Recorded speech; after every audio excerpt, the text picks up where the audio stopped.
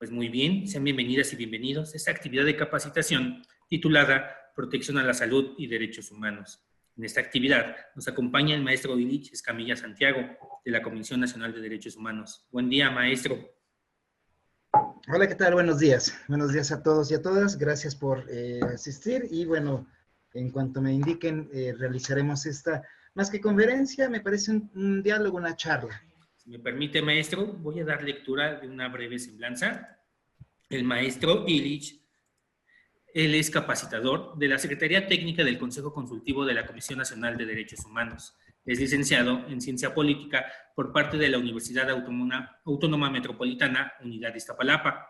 De igual manera, cuenta con una maestría en Estudios Latinoamericanos por la UNAM, misma casa donde actualmente es candidato a doctor. Ha participado en artículos y coordinación de libros y revistas de la UNAM, UAM, Ibero, del CIDE, de la Revista de Psicología Social, SOMEPSO, de la UPN y la Universidad UAT, entre otras casas de estudio. Ha dedicado más de 10 años a la docencia y a ser conferencista en eventos nacionales e internacionales. Pues muy bien, maestro, agradecemos mucho que nos acompañe el día de hoy. Con mucho gusto le cedo la palabra. Muchas gracias, gracias nuevamente. Y bueno, vamos a entablar esta charla de derechos humanos. De entrada les agradezco muchísimo a la gente que tiene prendida su cámara. Es bastante confortante poder hablarle a alguien porque de pronto pues uno está con las pantallas a oscuras. Muchas gracias por esos detalles, de verdad los agradecemos siempre que hablamos desde la vía virtual y sobre todo también gracias porque sé que están ejerciendo funciones de pronto muy saturadas y darse tiempo para poder entrar a estas charlas es bastante complejo, lo cual entonces vamos a hacerlo lo más dinámico posible y también quiero que, me gustaría que quedara como algo muy claro, esta es una charla llamada conferencia, pero en realidad pienso que es un diálogo que podemos construir desde la horizontalidad, por lo tanto creo que son bienvenidas las opiniones, son bienvenidos los comentarios. También algo que me gustaría comentar es que es bienvenido el debate siempre. Bienvenido el debate siempre y podemos exponer, porque de pronto me parece que puede pensarse que la CNDH puede llegar y dar un decálogo, catecismo de buenas conductas, de superioridad moral, y yo creo que eso no es la finalidad. Siempre que haya un debate, va a ser, en mi caso, bienvenido, pues para poder contrastar ideas, y creo que eso nos permite más a que llegue uno a dar algo doctrinario. Bueno, el tema de hoy que me toca charlar con ustedes es justamente el de esta cuestión de la salud como derecho humano, y para hablar de la salud como derecho humano tenemos que hablar de los derechos, de los derechos colectivos, llamados también en un acrónimo que son los DESCA, que son los derechos económicos, sociales, culturales, ambientales, que a su vez es una continuación, es una progresividad de los derechos humanos venidos desde la Europa del siglo XVIII. Entonces, para fines útiles y más claros, me gustaría a mí hablar en tres momentos de esta capacitación. En el primer momento, hablar básicamente de lo que son los derechos humanos para saber de qué son, de dónde salen, dónde son sus limitantes. En ese sentido, una vez que se establezca este diálogo, hablar de la progresividad de los derechos humanos en los DESCA y justamente enfocarnos en la parte final sobre el derecho a la salud, que tiene que ver justamente con esto. Hablar también de los derechos económicos, sociales y culturales es hablar de la responsabilidad del Estado como una institución que está obligada a cumplir con un bienestar mínimo. El Estado está obligado a cumplir justamente con la dignidad mínima de las personas. ¿Y qué entendemos por dignidad en términos económicos, sociales y culturales? Pues los estándares adecuados para poder desarrollar. Algo que debemos de enfatizar bastante es los derechos humanos, su columna vertebral es la dignidad. En términos de violaciones a los derechos humanos, todo deviene justamente de la violación al derecho a la dignidad humana. Y de ahí provienen una serie de violaciones a los derechos humanos. La dignidad humana, por lo tanto, es la base fundamental de todos los derechos humanos. En ese sentido, pues bueno, vamos a hablar algunos temas, algunos puntajes sobre justamente esta cuestión de economía de mercado, pero también de la economía y la responsabilidad del Estado que se tiene. No quisiera, no sé si han visto las noticias entre ayer y antier, la situación de estafa que hubo en Argentina a partir de la promoción de una criptomoneda y que terminó siendo una estafa. Bueno, ¿qué va a pasar con esas personas que a final de cuentas hay una responsabilidad de Estado? Milei es un presidente, es un jefe de Estado, el cual promovió una situación bastante. ¿Hay una forma de alguna manera de reparar ese daño? Pues veremos, yo creo que no va a haber ni esa intención. Y entonces, ¿por qué lo menciono? Por la responsabilidad del Estado. Durante no sé, bueno, yo ya soy modelo vintage, no menciono edad, no digamos que ya soy vintage, pero ya llevo no sé cuántos presidentes aquí. Y siempre vivimos en crisis, siempre fue la devaluación, siempre fue una cuestión de el Estado y empezar a ver la reducción del Estado en cuanto a sus responsabilidades, las políticas neoliberales, que a final de cuentas el neoliberalismo era eso, es la cero responsabilidad del Estado frente a las situaciones sociales. ¿Y qué es lo que pasó? Que lo único que se globalizó fue la pobreza, lo único que se globalizó fueron las necesidades de primera mano, lo único que se globalizó, incluso podríamos pensar que hasta el crimen organizado, pero las responsabilidades del Estado se contrajo. El Estado va a surgir justamente de un esfuerzo reorganizacional desde la Revolución Francesa, desde antes, ahorita lo vamos a ver. Pero eso es como un preámbulo. El Estado va a entender, en Europa, mientras en Europa se estaban matando unos a otros, bueno, aquí también ya nos estábamos matando en la primera década del siglo XX, en la segunda década del siglo XX, pero mientras allá se estaban dando las conflagraciones entre nacientes estados, en México ya se supo resolver, al menos en el papel. Cuando empieza, yo tengo la hipótesis que la Primera Guerra Mundial es sin lugar a dudas el fin de los imperios como los conocimos y el nacimiento de un capitalismo industrializado, y que por eso existen estos conflictos entre estados. Y México estaba tan aislado que no tuvo ese problema. México no era más que un país de charros, de caballos y demás como lo veían. Y entonces este aislamiento nos permitió en un momento dado realizar nuestras propias políticas públicas. Mientras en Europa estaban hablando con las cuestiones del capitalismo de, no, bueno, ya no les pusimos al capitalismo, no le pusimos ninguna restricción, y ahora tenemos un montón de pobres, y ahora ¿cómo nos van a comprar? Los pobres no compran. Entonces tenemos que invertir en la sociedad, es lo que le van a llamar el estado de bienestar, el estado benefactor, y en donde, nuevamente hablando de columnas vertebrales, pues es la salud como uno de los protecciones del Estado. En México ya se estaba resolviendo eso, al menos, insisto, en el papel. Ya en los hechos es otra discusión. La Constitución del 17 es de las constituciones más completas del naciente siglo XX. Es una constitución que inspiró, la del 17, a muchos países de Latinoamérica. Es más, en algún momento dado, los mencheviques hicieron alusión a la Constitución mexicana. Entonces, creo que eso es bastante interesante. ¿Qué es lo que vimos? Pues un Estado que fue creciendo, pero también la cuestión de la ineficacia, la cuestión de la corrupción, fueron mermando las funciones del Estado mexicano y a nivel mundial también. Y fíjense que esto me gustaría comentarlo a manera de contribuir a eso.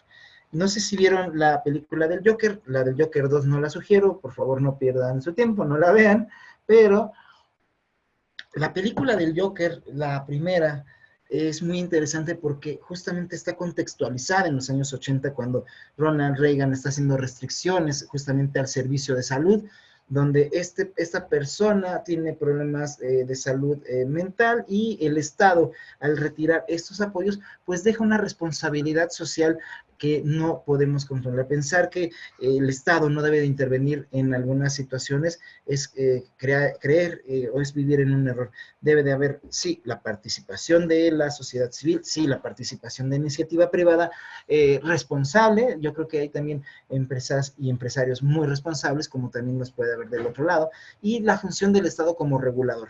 Y en ese sentido, lo que vamos a ver es que durante mucho tiempo, lo que conocimos ya los más jóvenes, bueno, los más jóvenes creo que apenas con Fox empezaron a ver esta situación, y empezó a haber una reducción muchísimo más terrible de las potestades del Estado, y lo único que generó el abandono de las políticas sociales fue que teníamos un ejército de desempleados, un ejército de subempleados que fueron básicamente personas vulnerables a entrar al crimen organizado. Y entonces tenemos ahí una cuestión terrible. Ahora también cómo pensar, México fue uno de los países que golpeó muy fuerte la pandemia. Por cierto, siempre un abrazo solidario a todas las personas que hayan tenido a alguien en una situación compleja en la pandemia, pero ¿cómo poder resolver un problema de una epidemia, bueno, si esa epidemia es global, una epidemia en la cual el Estado no tenía este compromiso social? Entonces fue una verdadera situación compleja. Tiene que haber una responsabilidad también en estos servicios mínimos. Yo pienso que si en un momento dado los estados, el Estado mexicano y los estados en América Latina hubieran sido responsables, quizás no tendríamos este infierno que tenemos hoy día del crimen organizado, donde la expectativa de crecimiento de los jóvenes no es el estudio, sino pues la moto que me voy a comprar próximamente, porque solamente voy a durar 5 años, ¿no? Entonces hay que ver todas esas responsabilidades. Y bueno, después de esta introducción, me gustaría hablar ahora sí lo que les había dicho. El origen de los derechos humanos, muy rápido, los DESCA y el derecho a la salud. Me parece que sería también prudente, salvo que ustedes opinen lo contrario, hacer una pequeña pausa a mitad del curso, ya sea para ir a tomar agua, salir rápido, o en fin, si ustedes están de acuerdo, lo hacemos así, y si no, por favor, manifestarlo en el chat. Sería una pausa de 5 minutos nada más, en caso de ser necesario. Bueno, ahora sí, vamos a comenzar. Gracias. Bueno, vamos a hablar esto de los aspectos generales de derechos humanos como una introducción a lo que vamos a hablar hoy. Si no entendemos, pienso yo, eh, el nacimiento de los derechos humanos, la creación del Estado, las funciones del Estado, frente a quién se va a enfrentar el Estado, entonces nos es difícil entender los derechos humanos. Hay algo que también dejo de compartir brevemente, algo que también creo que es muy legítimo y siempre va a pasarnos a nosotros los que trabajamos en cuestiones de derechos humanos. Se nos suele decir que es que la CNDH protege delincuentes. Siempre es muy común, es que la CNDH protege delincuentes, la CNDH no hace nada. No, yo creo que hay que entender las funciones y siempre vamos a estar del lado de la víctima, independientemente que haya una presunción o no, independientemente de su situación laboral, de su situación jurídica, de su situación étnica y demás. La CNDH siempre va a velar por las víctimas, y en ese sentido podemos entender que puede haber víctimas del Estado individualmente, o grupos complejos, o grupos sociales, o grupos comunales también, digamos, siendo afectados por las responsabilidades o irresponsabilidades del Estado. Y por eso creo que sí es necesario hablar de una introducción breve a los derechos humanos. Mi punto de partida va a ser histórico, pero cuidado, no se espanten. Yo sé que de pronto hablar de historia nos van a hablar de historia y nos van a dar fechas. No, la historia yo pienso que se debe contar como un cuento, como un chisme, como una forma de entender los procesos sociales, y en ese sentido va a ser el enfoque que le doy para ir entendiendo justamente el desarrollo de cómo llegamos, que tiene que ver una revolución llevada en Europa con las exigencias que actualmente tenemos. Primero que todo debemos ver que hay una definición muy básica de los derechos humanos, que son nuestras prerrogativas, son los atributos, son las facultades inherentes, es decir, intrínsecos, esenciales, inseparables de todas las personas. Estos protegen la vida, nuevamente la integridad aparece como concepto clave, la salud, la libertad y todo aquello que se requiera para vivir con dignidad. Todo ser humano nace libre, igual en dignidad y derechos, sin distinción alguna por raza, color, sexo, idioma, religión, opinión política o cualquier otra índole de origen nacional o social, posición económica, nacimiento o cualquier otra condición. Claro, esto sería en el mundo de las leyes, sería el mundo del deber ser. El mundo del ser es más complejo, el mundo del ser es justamente todo lo contrario, y por lo tanto estamos obligados creo yo, no solamente como personas funcionarias públicas, sino también como personas, como entes políticos, como personas éticamente sociales, que hay que luchar contra todas las injusticias en la medida que no sean, que sean nuestras posibilidades. Normalizar las injusticias, tarde o temprano nos caerá a nosotros mismos estas situaciones. Para eso se necesita hablar rápidamente de cómo nacen los derechos humanos y por qué.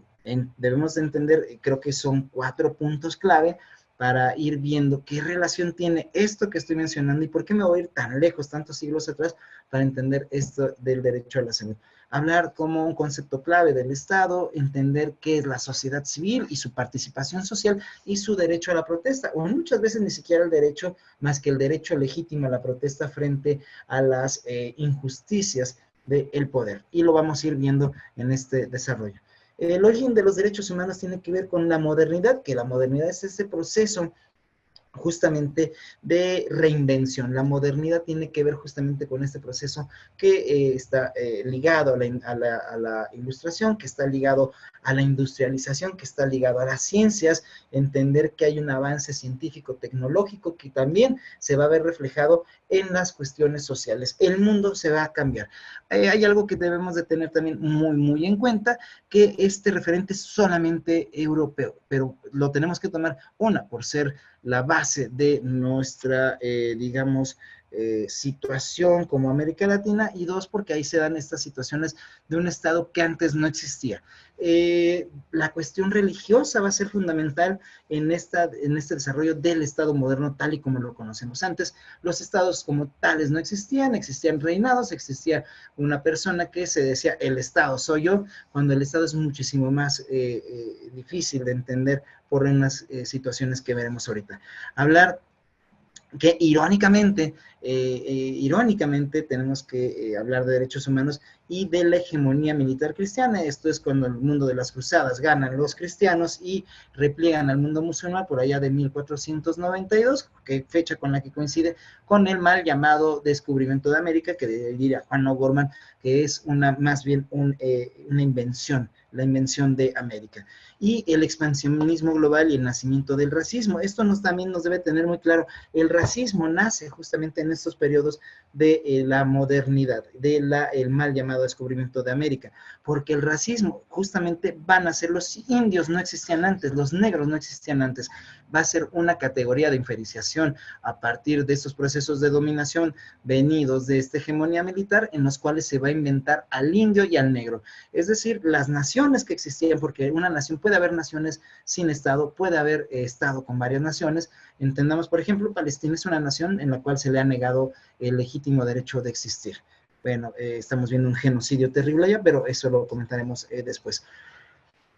Nace el negro y el indio. El indio no importa si era chichimeca, no importa si era Radamuri, no importa si era pudepecha, no importa si era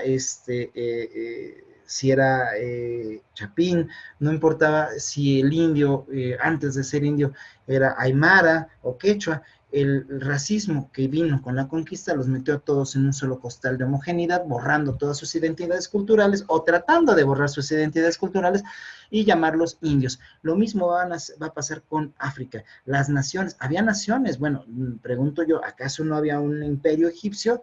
Es a partir de esta colonización que el racismo nace y entonces nacen estas categorías de diferenciación de el negro y el indio, siglo XV, siglo XVI.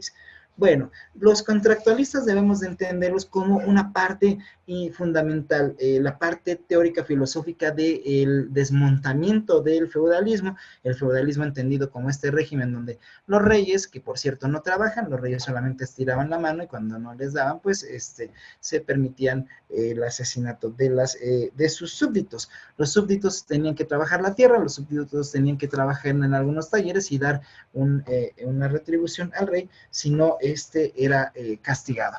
Por lo tanto, también eso va a ir cambiando. Otro de los factores que van a ser importantes es justamente esta parte del oscurantismo que tiene 12 siglos de existencia en Europa, que se va a contraer, o más bien se va a diluir en el tiempo, ya que el oscurantismo, tenemos una primera hipótesis, es justamente esta recalcitrante forma de ver a Dios frente a, digamos, el cerco cultural, civilizatorio que tenía el mundo islámico. Y entonces vamos a tener aquellas situaciones del feudalismo, del oscurantismo, donde todas las respuestas las iba a dar Dios, no hacía falta pensar, todo va a estar, y que como medio regulatorio de las conductas sociales frente a estas leyes, pues va a existir la famosa Inquisición, que dicho sea de paso, la mayoría de las víctimas de la Inquisición llevada en cualquier parte del mundo, la mayoría fueron víctimas. Hay una fascinación de quemar mujeres por su condición de mujeres. Entonces, creo que eso también es innegable y hay que mencionarlo. Por lo tanto, cuando empieza este periodo de la Ilustración, cuando empieza este periodo del iluminismo, empieza ahora sí a haber pensamiento, la filosofía. La filosofía es la forma de avanzar del pensamiento humano. ¿Y cómo avanza la filosofía? A partir de hacerse preguntas. El qué, por qué, cómo, para qué. No sé si ustedes sufrieron las mismas de Caín, como uno, como todo papá, cuando el niño o la niña te pregunta, papá, ¿por qué el cielo es azul y no verde? Los niños hacen las preguntas filosóficas más terribles que te puedan hacer y uno tiene que contestar de la manera más clara. Bueno, pues justamente es la filosofía, las preguntas las que van a dar un cambio o van a dar las bases para un cambio social. Vamos a hablar de los contractualistas, Hobbes, Locke, Rousseau, como parte de este cambio de Estado. Estamos frente al nacimiento de un Estado moderno. Y entonces está el Leviatán de Hobbes, el Leviatán, este monstruo marítimo, este monstruo bíblico, en la cual justamente lo va a hacer alusivo al poder del Estado. Para Hobbes está viendo crearse un monstruo, un hombre que el hombre se tiene que supeditar a este poder de Estado, y este es una parte importante, y desde aquí partamos, esto es el punto clave. Dice Hobbes en el Leviatán que el hombre, cuando dice hombre me refiero en términos de hombre y mujer, esto es una terrible situación de invisibilización lingüística, pero hablemos cómo se mencionaba en ese momento el texto original. La renuncia del hombre a su libertad a cambio de seguridad.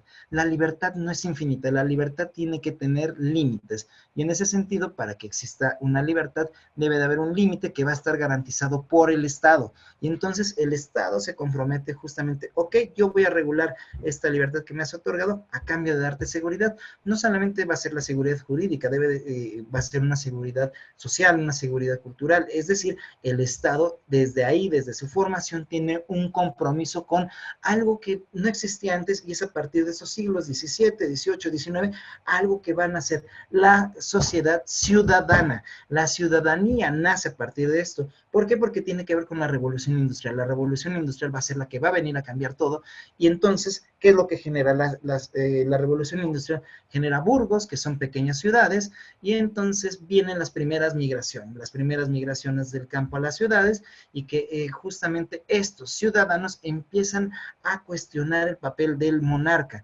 Mientras tanto, dice Hobbes, el hombre renuncia a su libertad a cambio de seguridad. Hay un compromiso de este Estado. John Locke y su libro de El ensayo sobre el gobierno civil, sería bien interesante que veamos las fechas, siglo XVII. Ojo ahí. Menciona Locke que el hombre instituye una autoridad política, el cual se divide en las funciones legislativas y ejecutivas. John Locke dice, ok, el monarca va a existir, está bien, pero va a estar controlado por un poder que se llama el poder legislativo, este equilibrio de poderes. Esto significa un cambio político, y ojo, aquí vemos en la diapositiva que para John Locke era importantísimo la legitimidad. Si no tenías legitimidad y el rey pasaba a ser un tirano, el pueblo tenía el legítimo derecho del regicidio. Ojo, también hay que tomar en cuenta que las autoridades en ese momento, que eran los reyes, los monarcas, no estaban designados por el pueblo, estaban designados por Dios, y entonces, por lo tanto, eran incuestionables en todos sus actos, y dice Locke, la sociedad también tiene derecho a decidir si es legítimo o no con base a sus funciones. Eso es uno de los libros que de alguna manera le van a provocar ciertos problemillas a la iglesia, y por lo tanto los va a volver los libros prohibidos, y que un señor con un poco de alopecia y que daba misa por ahí de 1810, se levantó en armas por ahí en Guanajuato, pues él, este cura Hidalgo, leyó todos estos teóricos sobre el Estado. Por eso es tan legítima también la revolución de independencia del cura Hidalgo. Juan Jacobo Rousseau y su contrato social, fíjense, siglo XVIII, habla de la relación entre sociedad, ya hay una sociedad.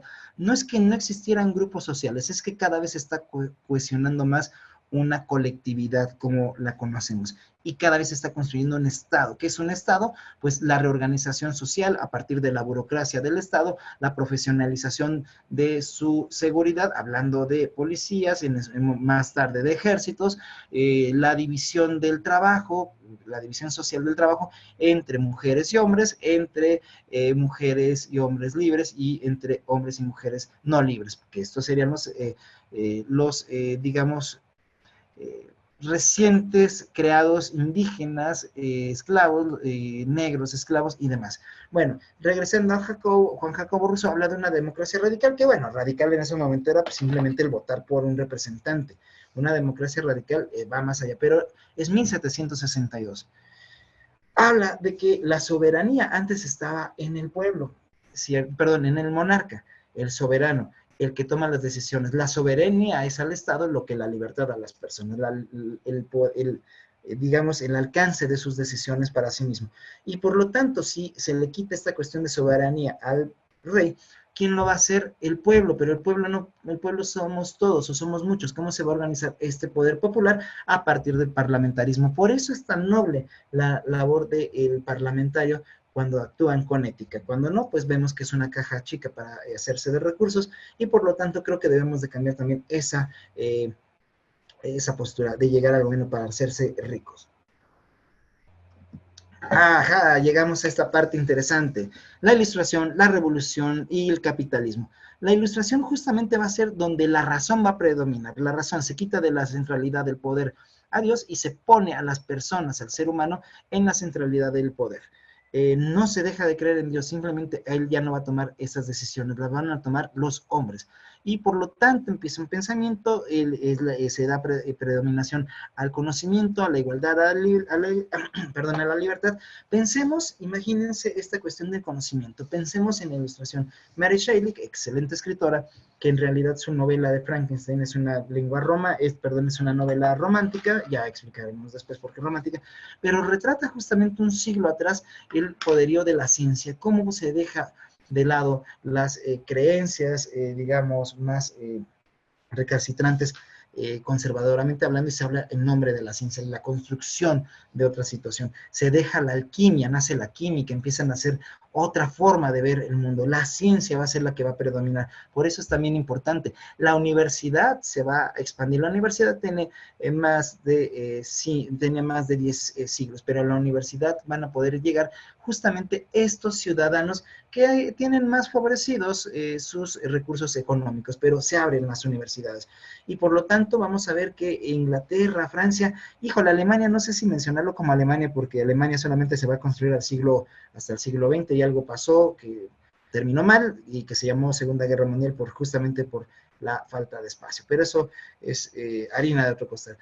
Tenemos dos hechos importantísimos. ¿Se acuerdan que les venía diciendo, ojo con estos siglos y demás? Bueno, la revolución de Estados Unidos en 1776 es importantísima para los derechos humanos, sin saber que había estos derechos humanos. 1776, Estados Unidos se independiza de la corona inglesa y en ese sentido, bueno, ¿qué queremos como gobernante? No, pues queremos cambiar las cosas. ¿Cómo le vamos a hacer?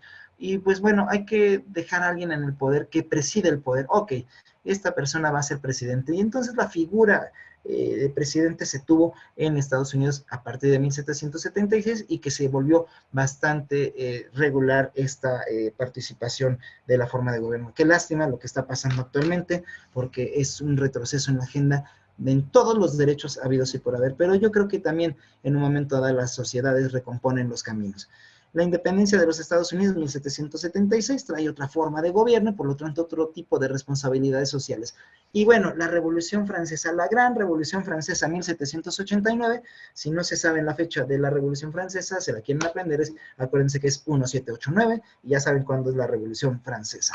La Revolución Francesa va a ser aquella rebelión de una nueva clase social que está surgiendo frente a todos, y hay atrás de esa nueva clase social otra clase que está surgiendo enfrente de todos y nadie sabe, que es la burguesía, y la burguesía es la dueña de los medios de producción, es decir, de las máquinas, pero la burguesía no va a trabajar las máquinas, la burguesía va a contratar a esos trabajadores del campo, les va a dar un salario, y entonces tenemos la aparición de la burguesía y el proletariado, que justamente en esta contradicción va a tirar a la monarquía la monarquía francesa. Y entonces también, dicho sea de paso, en la Revolución Francesa, pues el ejercicio del poder va a ser justamente la corona del poder de la burguesía, de esta clase en ese momento revolucionaria. Después vamos a ver que se volverá todo lo contrario, es la decapitación de Luis XVI y María Antonieta. Ya se los había dicho, los monarcas los ponía Dios. Qué acto de barbarie fue para el siglo XVIII, para el siglo XIX, esta decapitación de los reyes. Hoy día, bueno, pues eso ya no es gran noticia en México, pero así fue en un momento de la historia. Bueno, vamos a esta parte. De ahí justamente van a nacer la cuestión de la Declaración de los Derechos del Hombre y el Ciudadano, incluido ahí la mujer y el hombre, que no me gusta, pero así lo menciono como en el texto original. La Declaración de los Derechos del Hombre y el Ciudadano van a predominar actualmente en la cuestión de los derechos humanos. Habla de las responsabilidades ciudadanas, habla de los derechos ciudadanos, pero también habla justamente de las obligaciones que tiene el Estado frente a la sociedad. Los hombres nacen y permanecen libres, menciona el artículo 1, la finalidad de cualquier asociación política es la protección de los derechos naturales, es decir, los derechos humanos, y asociaciones políticas se entiendan partidos políticos. El origen primigenio de los partidos políticos son las sectas masónicas, estos grupos que tienen una agenda en el poder, que hoy día se les habla con un término de misticismo. No, en realidad no era tanto, pero sí es el germen de los partidos políticos, con los cuales había una agenda política. Bueno, hay distinciones, dice las distinciones sociales solo pueden fundarse en la utilidad común, el principio de toda soberanía reside esencialmente en la nación y la nación es el pueblo. La libertad consiste en poder hacer todo lo que no perjudique a los demás, por ello el ejercicio de los derechos naturales de cada hombre tan solo tiene como límites los que garantizan a los demás, la ley solo tiene derecho de prohibir los actos perjudiciales para la sociedad. Y entonces estamos aquí hablando también de responsabilidades en la cuestión de la libertad. La libertad no es infinita, la libertad tiene límites. Ejemplo, un chiste machista no es libertad de expresión. Un chiste machista es una sentencia, una reafirmación del poder patriarcal frente a las mujeres.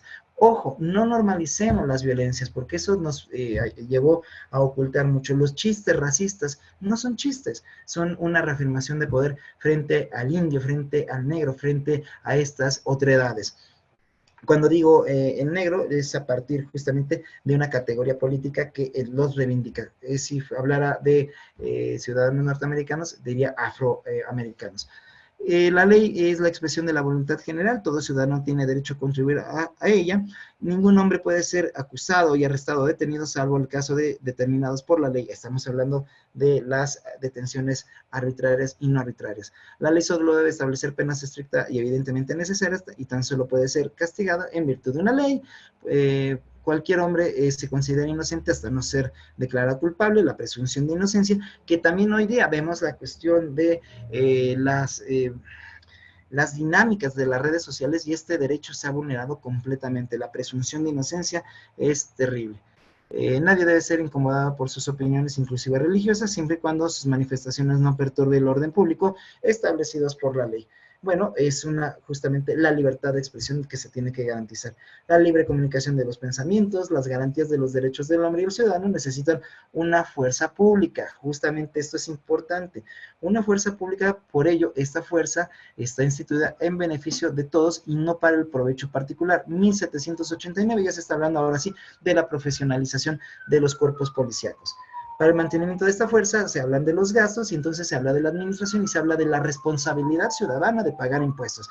Pero también se va a hablar de la transparencia, el comprobar recursos. Todos los ciudadanos tienen el derecho de comprobar por sí mismo o a través de sus representantes la necesidad de la contribución pública. 1789 para nosotros fue un concepto que llegó hasta la alternancia en el poder, en el 2000.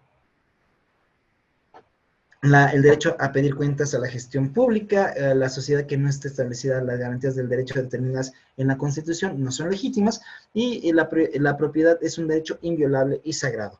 Voy a seguir un poquito con esta presentación, pero ya la voy a terminar. Vamos a hablar justamente de momentos en la historia. Antes se hablaba de los de los derechos humanos de primera, segunda y tercera generación. Hoy día no es hoy ya no es un abordaje del todo correcto, pero yo sí pienso que hay momentos claves en la historia del derecho. Aquí vemos justamente una mujer, como podemos ver en la imagen, es una mujer trabajadora, es una mujer de fábrica, es una mujer que está luchando por sus derechos. Si justamente a esta clase proletaria se le explota, al hombre se le explota, a la mujer del proletario se le explota doble vez por la cuestión de género, por la cuestión de clase social, y si es mujer indígena se le va a explotar por ser mujer, por ser pobre y por ser indígena. Vamos a hablar de los derechos civiles, de los derechos sociales y económicos, y de los derechos sociales, ecológicos y culturales. Voy a dejar de compartir esta parte. Y entonces lo que vamos a ver es que hay una generación primigenia de derechos civiles que van a ser producto, como punto cumbre, la Revolución Francesa, los derechos de los ciudadanos. Pero ¿qué pasó con esas personas ciudadanas que no tenían estos derechos garantizados a la propiedad, a un salario y demás? Pues entonces se van a quedar relegados y se va a luchar por estas situaciones. De ahí las revoluciones que vamos a tener en el siglo XX, de ahí las revoluciones no solamente armadas, sino también las revoluciones sociales, las luchas civiles por los grupos afrodescendientes, como los encabezados como Martin Luther King, o más radicales como Malcolm X, en fin, los derechos de las juventudes que van a estar ahí justamente en los 68. Cuando digo los 68 es precisamente porque no hubo un movimiento del 68, hubo varios movimientos del 68 que tienen que ver con la cuestión de los derechos de los jóvenes y las agendas públicas. ¿Qué va a venir también después? Los derechos de la diversidad sexual, iniciando primeramente con las movilizaciones de los grupos de homosexuales, básicamente de la mano con los grupos de lesbianas, y que poco a poco se fue haciendo y fue creciendo esta necesidad de los derechos sociales y los derechos colectivos de los grupos.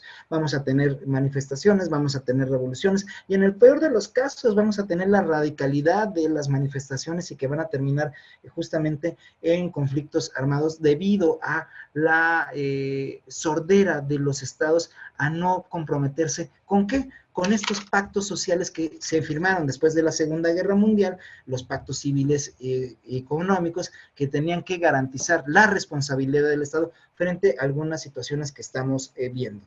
No sé si lo hablo, ¿quieren que hagamos una pausa o seguimos de corrido? Ustedes díganme. Si lo pueden poner. Seguimos. ¿Seguimos?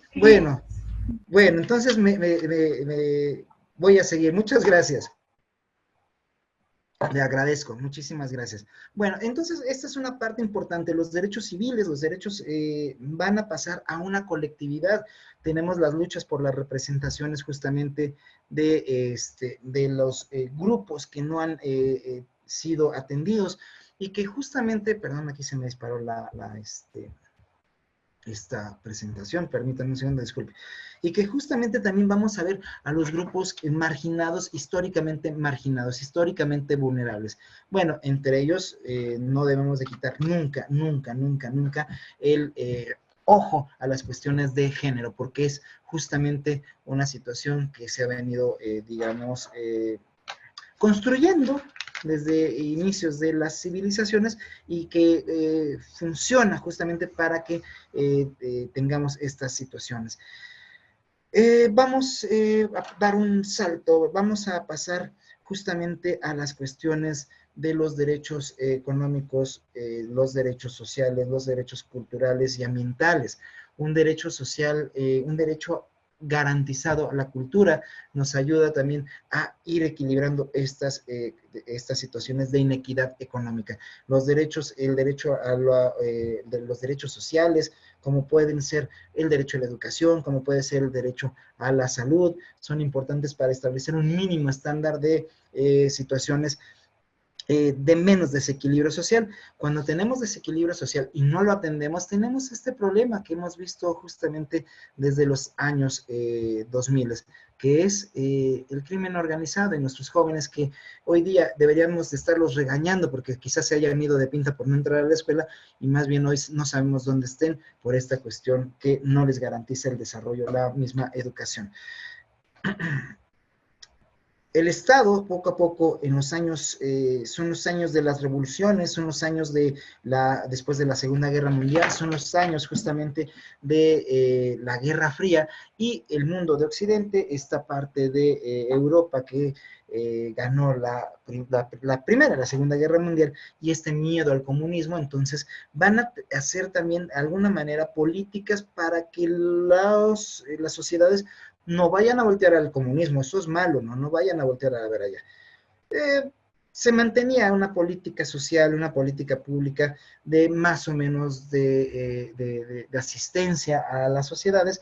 Recordemos nosotros, o quienes están, veo también gente muy jovencita, pregúntenle a sus papás cuáles eran los servicios que tenían en el IMSS, en el ISSSTE. Pregúntenle a sus papás si era más fácil conseguir casa antes que ahora. Antes podías conseguir por lo menos una casa. Si tenías un empleo dentro del gobierno, era factible poder tener una casa. Hoy tenemos una oleada de jóvenes que no sabemos qué van a pasar con ellos, no sabemos qué va a pasar con las pensiones. El derecho a la salud también justamente tiene que ver con el derecho a la vivienda. No queremos problemas con los desajustes sociales, pues entonces el Estado debe cumplir esta situación. Si ustedes recuerdan, en 1994 en Chiapas se alzó un grupo armado para hacer una revolución llamado el Ejército Zapatista de Liberación Nacional. Y entonces este ejército llevado por indígenas, no me gusta, yo creo que el subcomandante Marcos era un compañero más que dirigía algunas estrategias, pero el grueso de estos pueblos indígenas lo que buscaban eran justamente lo que decían: salud, trabajo, educación, vivienda. Si negamos estos servicios como parte de los derechos económicos, sociales y culturales, si negamos estos derechos también como parte de los derechos a la salud, entonces tenemos un problema. Vamos a ver que se va a ir desmontando lo que pasó en el estado de bienestar, se va a ir desmontando diciendo, es que esto es populismo, es que esto sobra, hay que adelgazar al Estado. Y entonces nos quedamos con un Estado que no protegió a la sociedad. Pensemos en un ejemplo con México, porque es el que más tengo. 1994, toca el EZLN en las puertas del sur, diciendo aquí hay una rebelión, perdón por arruinarle su fiesta de Tratado de Libre Comercio, pero acá hay una rebelión indígena.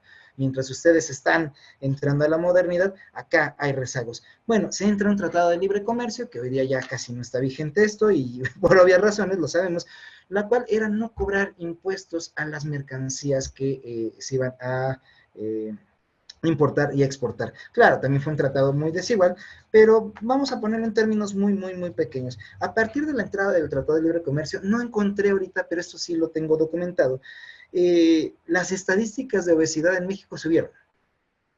A partir de la entrada del Tratado de Libre Comercio, las estadísticas de obesidad y por lo tanto de diabetes subieron a partir de 1994 porque entran esta serie de productos chatarra en donde incluso no teníamos el derecho a la salud de tener ahora sí por lo menos un producto alto en grasas, ahora sí un producto alto en sales, en azúcares. Antes ni siquiera teníamos este derecho. Tenemos a una gente que no tiene este derecho y comprando el combo más grande por 30 pesos más, teniendo una situación de obesidad, de diabetes. Y entonces, ¿qué es lo que vamos a tener? Un sistema de salud desmantelado, un sistema de salud ineficiente. ¿Qué es lo que pasa cuando nos pega la segunda pandemia? Porque hay muchos chicos que no creo que no les tocó, veo gente jovencita, creo que no les tocó la influenza.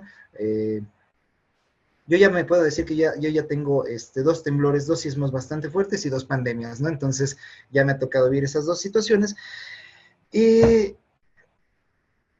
Tenemos esta pandemia del COVID Y entonces, ¿qué encontramos? Una pandemia bastante, un virus que es bastante oportunista, en donde encuentra justamente cuerpos vulnerables a partir de la obesidad, la diabetes, y se junta el hambre con las ganas de comer porque no hay un sistema de salud eficiente. Por eso tuvimos los números que tuvimos. Y por eso pasó en la mayoría de los países latinoamericanos esta situación. Hoy día creo que se están cambiando las cosas, no sabemos hasta qué grado de profundidad, pero creo, me parece, mi punto de vista aquí personal, creo que se están cambiando las cosas gradualmente y espero que sea oportuno esto.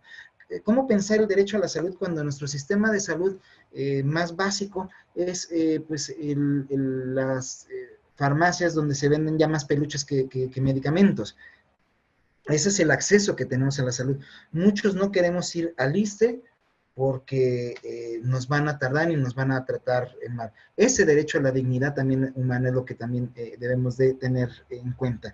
El ISSSTE también, sus propias limitantes que tiene, el Estado tiene la obligación de proveer los recursos para digamos, la eficiencia de este servicio, o este derecho, me gustaría.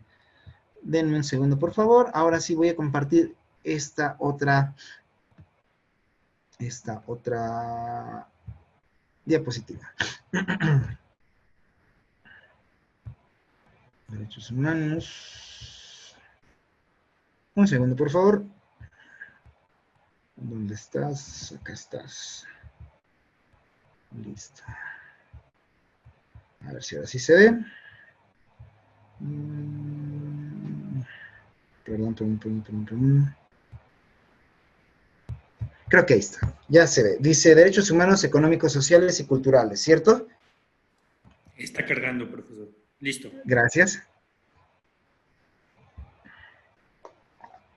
¿Ya se ve? Sí. Sí, ya Gracias. se fue. Muchas gracias. Ustedes disculparán, pero luego nuestra red es un poco lenta. Listo.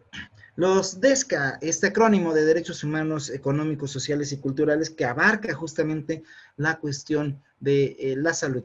Los DESCA son también derechos económicos, sociales y culturales de las colectividades, de los grupos, de las identidades colectivas. Es también el mínimo de dignidad para que los grupos históricamente vulnerables puedan alcanzar lo más pronto posible una equidad. Esto es un preámbulo del Pacto Internacional de Derechos Económicos, Sociales y Culturales y se reconoce la dignidad inherente y los derechos iguales e inalienables de todos los miembros de la familia humana como fundamento, la libertad, la justicia, la paz y en el mundo. La responsabilidad de los estados.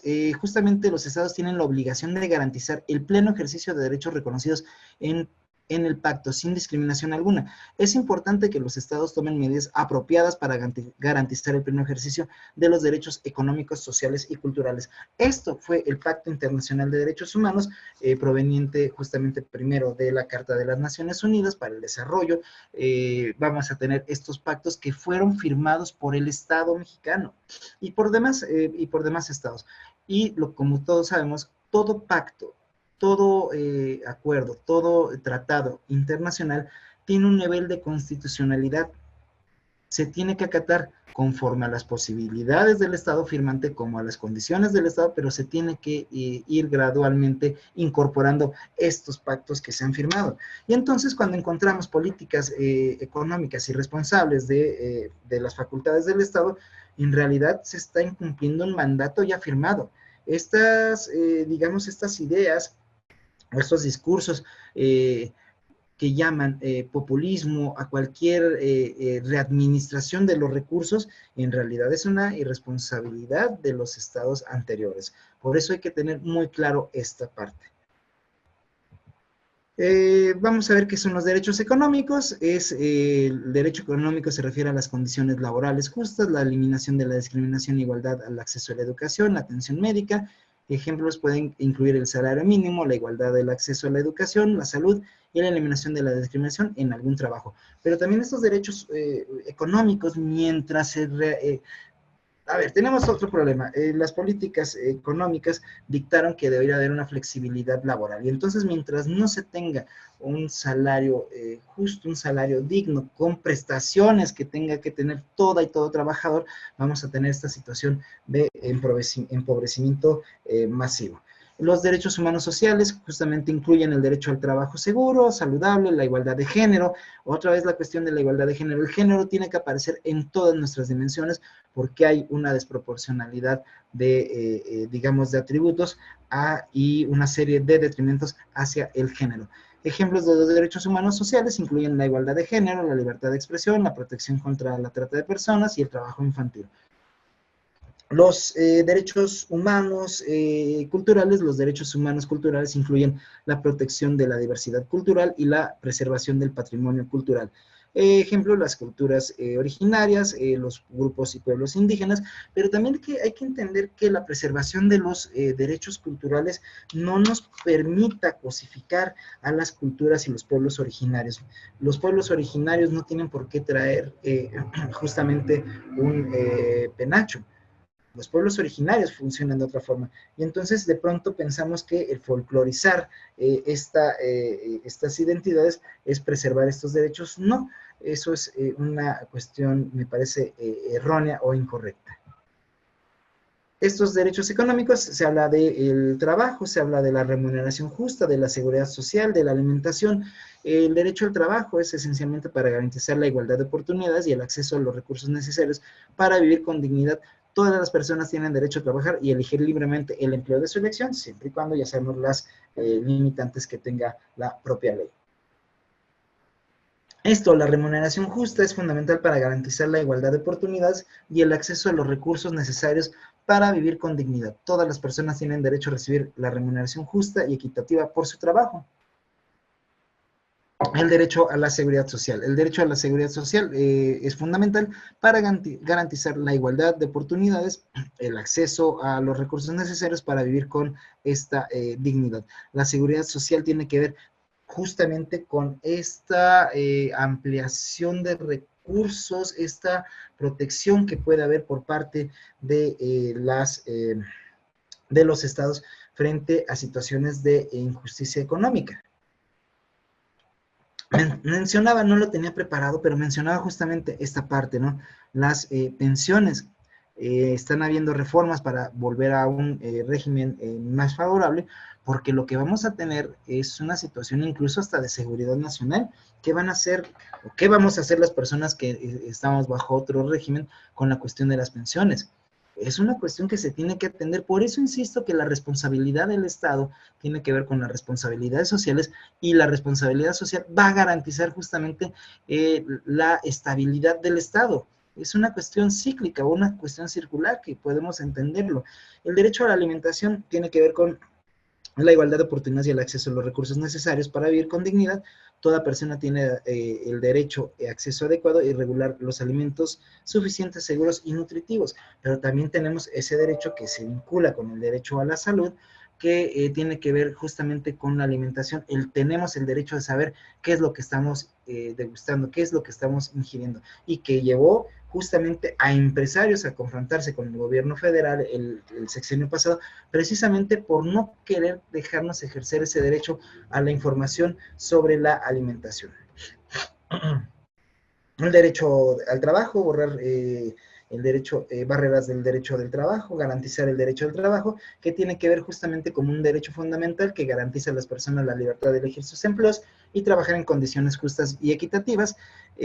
Cuando se habla de barreras al derecho del trabajo, se habla también de barreras como la discriminación laboral, el empleo, el subempleo, el trabajo infantil, el trabajo forzoso y la falta de protección laboral. La discriminación laboral tiene que ver mucho, de verdad tiene que ver mucho también con el género, tiene que ver mucho con la etnicidad, tiene que ver justamente con la precariedad. ¿A qué me refiero, por ejemplo, con la cuestión de género? Bueno, a muchas mujeres se les va a cuestionar su capacidad de laborar por el simple hecho de ser mujer. O también hay otra forma interesante. Sí, las empresas, las instituciones han sido socialmente responsables en esa cuestión del derecho al trabajo, y ya hay o se procura una equidad de género incluso dentro de las instituciones del trabajo. Pero yo invitaría a revisar quiénes ocupan los puestos de decisiones clave de las empresas o de las instituciones, y habría que ver si está también ahí una cuestión de equidad de género en la cuestión laboral. Hay que tener también ojo con esas trampas. La cuestión del subempleo justamente es una cuestión de discriminación laboral, de explotación o de sobreexplotación. El derecho a la dignidad y un derecho a un salario justo, digno, se ve vulnerado precisamente por la sobredemanda. ¿Qué es lo que tenemos? Y perdón que lo mencione, pero es que esto no es ideología, es justamente entender los contextos. Una de las situaciones que provocó el neoliberalismo fue que nos mandó un ejército de desempleados, una reserva laboral. Y entonces el trabajo que uno no quiere, que va a ser mal pagado, yo no puedo ir a trabajar con eso. Bueno, el que está en la fila o los 200 más que están en la fila sí lo van a hacer. Y entonces se va a generar una cuestión de precariedad laboral terrible. Vivian Forrester en su libro de Podemos, perdón, el horror económico, hablaba justamente que en el siglo XX los trabajadores luchaban por sus derechos. Hoy día los trabajadores claman y gritan por ser explotados para no estar desocupados o desempleados.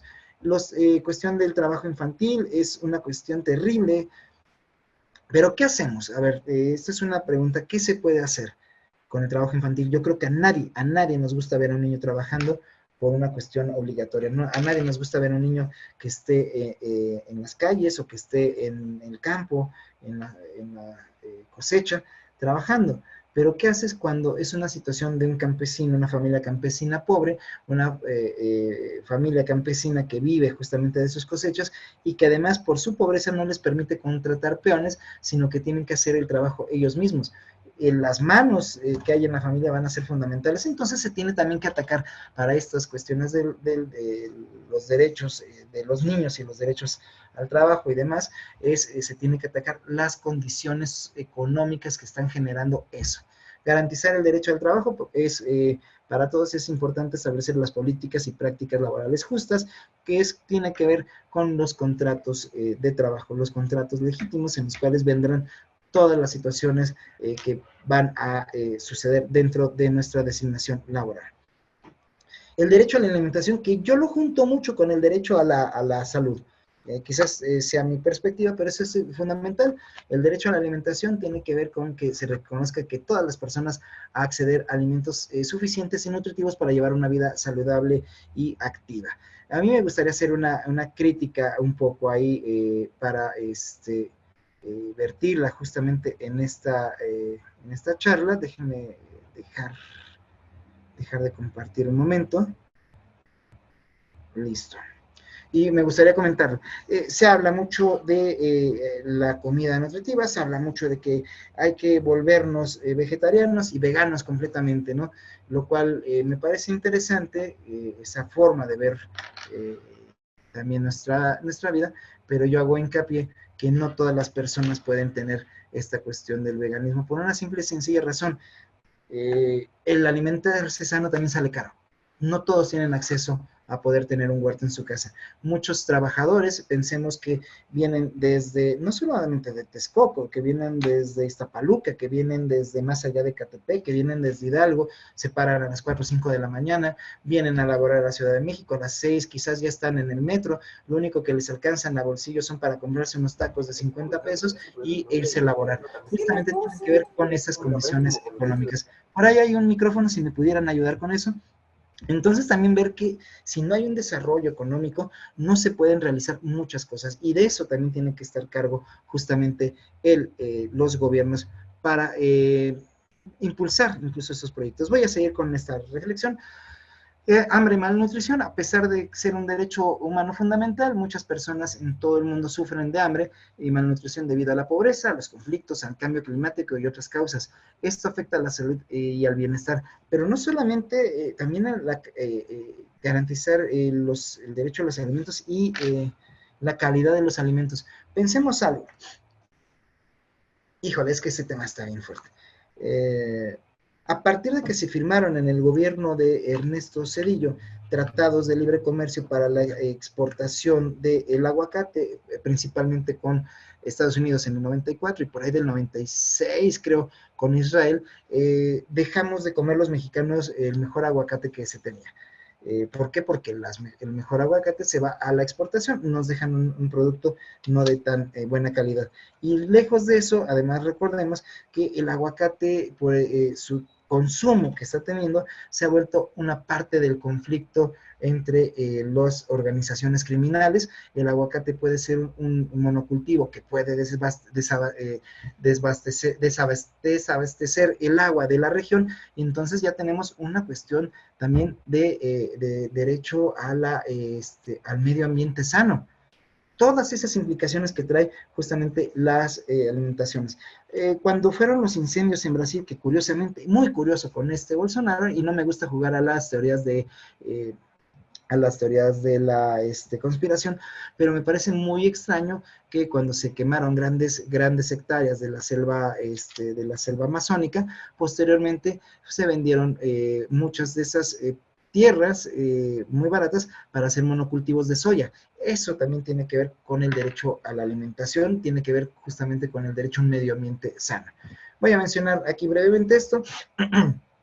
Los derechos sociales, el derecho a la educación, es un derecho humano fundamental que se tiene que garantizar la igualdad de oportunidades para todos y contribuye al desarrollo personal y al desarrollo social. La educación es esencial para mejorar la calidad de vida y reducir la pobreza. Sí, eso es muy cierto, yo estoy de acuerdo con ello, pero también tenemos que ver que la educación por sí sola no va a ayudar. Si no hay políticas públicas de acompañamiento, de nada sirve que haya un acceso a la educación. Tiene que ir de la mano las políticas públicas responsables. Por eso también es muy importante que haya programas de apoyo a los jóvenes estudiantes y no tan jóvenes también. Y comento, si no hay chisme, no hay conferencia o plática y charla del ponente. Tuve la oportunidad de trabajar en estas universidades para el bienestar en la administración pasada, y me tocó ver cosas muy interesantes, ¿no? El el derecho social a la educación, ver donde, a mí no me gusta el término madres solteras, me parece que es un término que debemos de cambiar, yo prefiero llamarles madres independientes, de estas madres independientes que en un momento de su juventud se embarazaron y que 20 años después vuelven a retomar sus estudios. Perfecto, eso es increíble. Dar clases a señores de 60 años, yo sí, señor, ¿yo qué le voy a enseñar a usted si usted ya sabe toda la vida recorrida? Pero es este derecho que tiene que ir acompañado, conocer jóvenes que venían desde el Estado de México, pues desde muy del Estado de México, a ejercer su derecho a a la educación. ¿Y qué es lo que pasó? Pues se dieron esos programas de becas para los estudiantes que se lo gasten en lo que quieran legalmente hablando. Todos tienen derecho a gastárselo, pero es importante estos acompañamientos justamente para garantizar estos derechos sociales. El derecho a la educación, importancia de la educación. El derecho es crucial para el desarrollo humano y el progreso social. Hay que tener un acceso universal a la educación de calidad, sobre todo a la educación de calidad. Para garantizar este derecho es necesario que haya un acceso universal a esto. La educación como un derecho humano, permítanme, voy a ocultar esto, es reconocido por la Declaración Universal de los Derechos Humanos. Es responsabilidad de los gobiernos garantizar que todas las personas tengan acceso a una educación de calidad sin discriminación alguna. Y bueno, no solamente a este derecho, sino también qué va a pasar después con esta formación que se tiene. El derecho a la salud justamente habla es esencial para la vida y la dignidad humana, y todos los individuos deben tener el acceso al servicio de la salud adecuada y calidad sin discriminación alguna. Debe de haber una cobertura de salud universal. Eso significa garantizar que todas las personas tengan acceso al servicio de salud de calidad sin importar su ubicación geográfica, género, raza o nivel socioeconómico. Esto se había logrado yo creo que de las administraciones más controversiales que podemos estudiar, sería la administración de Obama, pero al menos estaba buscando la universalización del derecho a la salud en Estados Unidos. Hoy día, es que si el Estado de Estados Unidos fuera responsable con su salud pública, no tendrían estos problemas que ahorita nos los quieren indulgar, como por ejemplo dejar a las empresas sin ética generar una horda de zombies a partir de recetarles esta droga del fentanilo que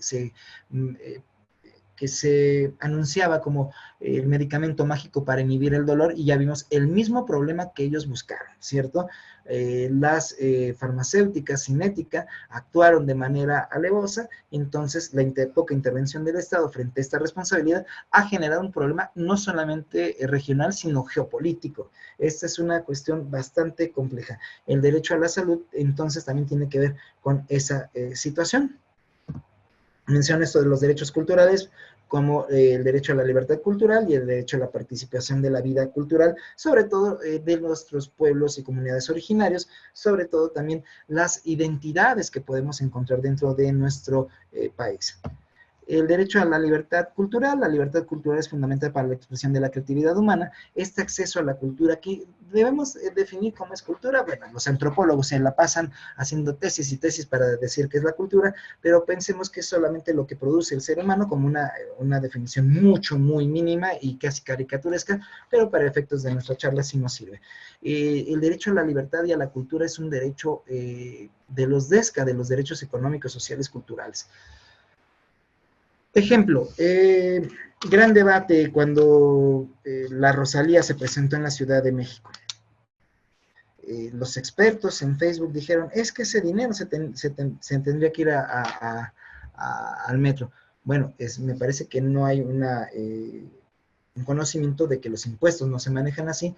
Dos, el que se presentara un artista como la Rosalía en el Zócalo le dio garantía a muchas personas de poder ir a un evento que por sí solo no lo iban a poder pagar. Por eso mencionaba que es cultura, no todo es, bueno, pues que sean gratis los museos de bellas artes. Sí, ya me gustó mucho la obra de arte que fui a ver, pero también el abanico cultural abarca muchas situaciones, muchas expresiones, en lo cual también creo que la música y estos eventos que de pronto no podemos tener acceso a ellos, debe de haber una garantía del Estado para que se pueda tener acceso a ello. El derecho a la participación en la vida cultural justamente habla de la inclusión cultural.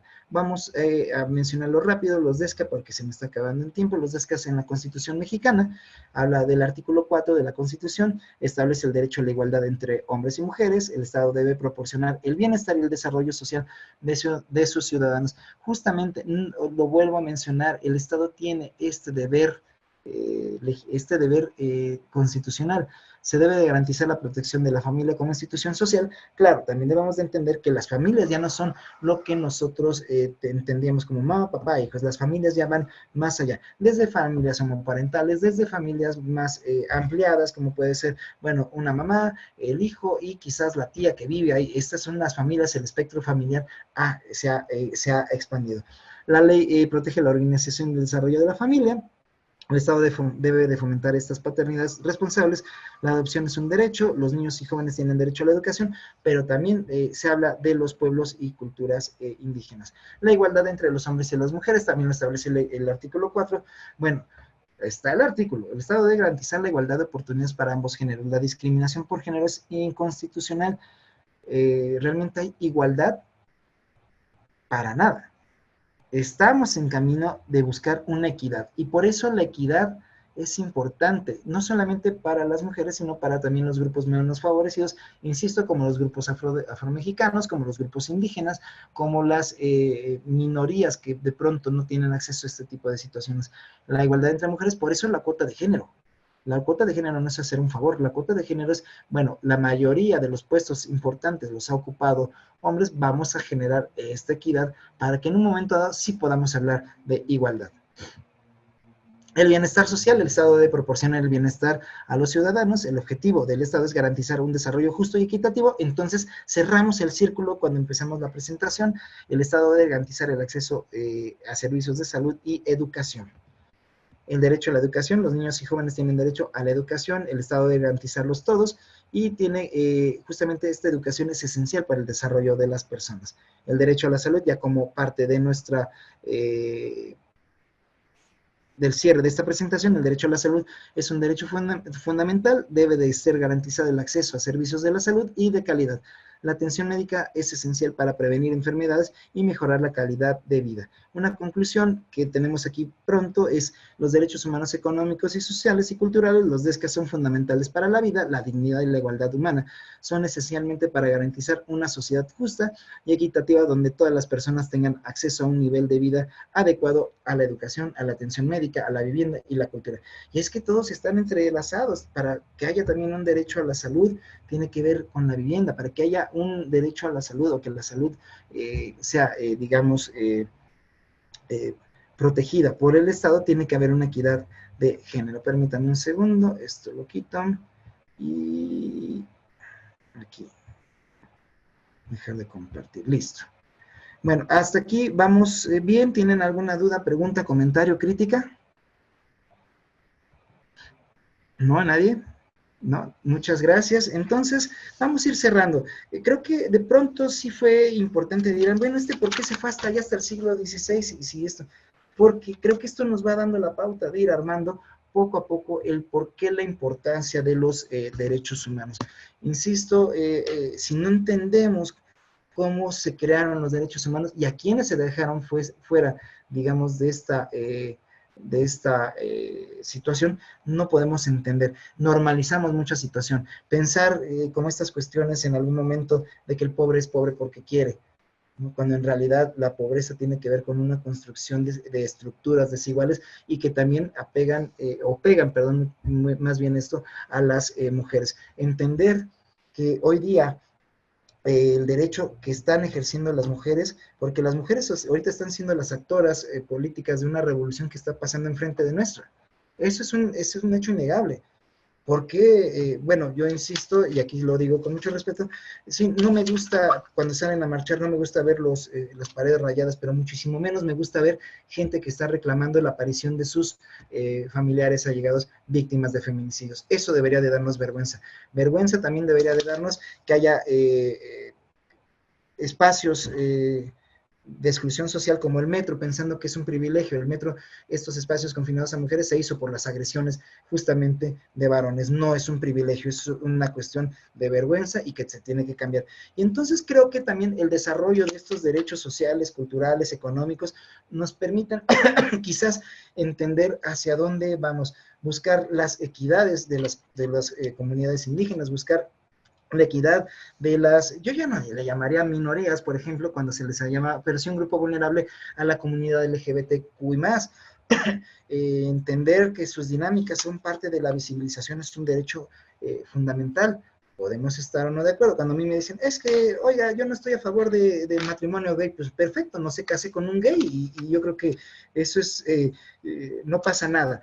Es empezar a desmontar todas estas situaciones que nos llevaron a normalizar situaciones de inequidad terrible, ¿no?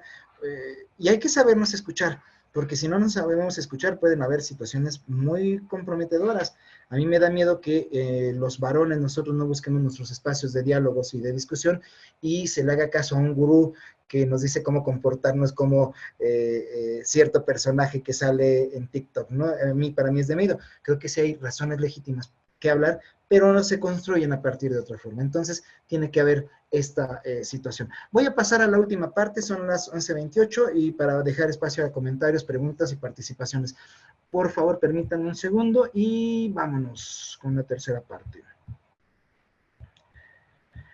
Estas diapositivas las estudié, ya tiene un poco de tiempo que vengo manejando este tema, a partir de lo firmado en el Pacto Internacional de los DESCA. Es lo que se tiene que hacer a partir de la salud, y que esto, ojo, esto ha sido firmado por el Estado mexicano y otros estados, y por lo tanto tiene una obligatoriedad.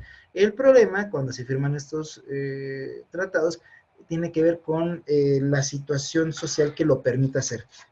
De las últimas reformas más fuertes que hubo fue la reforma del 2011, que tuvo que ver con una reforma estructural en la cuestión de derechos humanos, es de las más fuertes que ha habido, pues poco a poco y gradualmente se tienen que ir metiendo en nuestro marco jurídico y más allá de solamente meterlo, que se cumpla. Bueno, aquí vamos a ir hablando poco a poco de eso. La salud es un derecho humano fundamental, indispensable para el ejercicio de los demás derechos humanos. Totalmente de acuerdo, sin la salud no podemos hacer o ejercer otro tipo de situaciones. Todo ser humano tiene el disfrute del más alto nivel posible de salud que lo permita vivir dignamente. Nuevamente, la dignidad como un concepto que va a aparecer constantemente en la cuestión de los derechos humanos. La efectividad del derecho a la salud se puede alcanzar mediante numerosos procedimientos complementarios como la formulación de políticas en materia de salud, la aplicación de los programas de salud elaborados por la OMS, o la adopción de instrumentos jurídicos concretos. Los estados parte, ya lo habíamos dicho, reconocen el derecho a todas las personas al disfrute del más alto nivel posible de salud física y mental, mientras que en él deberán tomar diversas medidas que deberán adoptar los estados parte a fin de asegurar la efectividad de este derecho. Y tenemos un problema muy serio en la cuestión de salud. Ya les iba a contar otro chisme, se me había olvidado. El derecho a la salud ha sido proclamado por la Comisión de los Derechos Humanos, así como también la Declaración y el Programa de Acción de Viena de 1993, y que tienen, estos instrumentos tienen que garantizar este derecho, eliminar la discriminación racial y de género y priorizar a las infancias. Dejo de compartir un momento porque si no hay chisme, pues no hay charla, no nos podemos ir sin chismear. Dos cosas, uno, y están ahí, ¿no? Y yo entiendo, también tengo muy buenos amigos y amigas, compañeros y compañeras en los servicios de salud, pero estructuralmente están trabajando en situaciones muy complejas. No por nada el chiste del paracetamol, pues es que no hay más, ¿cierto? Pero algo que tenemos muy recurrente aquí en la Comisión Nacional de los Derechos Humanos es que la institución que más recomendaciones por violaciones a los derechos humanos tiene son justamente las instituciones del IMSS y del ISSSTE. Y eso es terrible. Eso nos habla de una situación que no sabemos cómo estén también trabajando. De verdad que es un problema bastante complejo. El problema es cuando se insensibilizan los funcionarios y funcionarias públicas. Y como chisme, ya van a ser 2 años, me fui a operar al ISSSTE y tuve ahí ustedes saben que ya no saben uno si tiene miedo de enfermarse, la enfermedad en sí o la operación, o el tener que pedir la incapacidad, porque es una cuestión terrible. Tuve una situación compleja con las incapacidades, tuve que ir con el doctor y empezó un maltrato del doctor sistemático. Yo lo dejé, dije, bueno, vamos a ver qué interesante es esto. Y no fue charolear, obviamente tienes que mostrar de qué institución vienes. Cuando el doctor ve que vengo de la Comisión de los Derechos Humanos, el cambio fue completo. No, es que sabe que no lo atendieron bien, le voy a dar otros días más de capacitación. Y empezó a decir una serie de cosas que, no, vamos a dar. Dije, bueno, ok, muchas gracias. Yo me puse a pensar, a mí me pasó esto siendo un funcionario de la CNDH, ¿qué le pasará a los derechohabientes del IMSS, del ISSSTE? ¿Cómo los irán tratando? Porque también hay una cuestión de maltrato. El derecho a la salud es importante. Yo no puedo concebir que haya un derecho a la salud y los baños de las clínicas no tengan ni jabón ni papel. Esa es una cuestión de dignidad, esa es una cuestión de salud pública.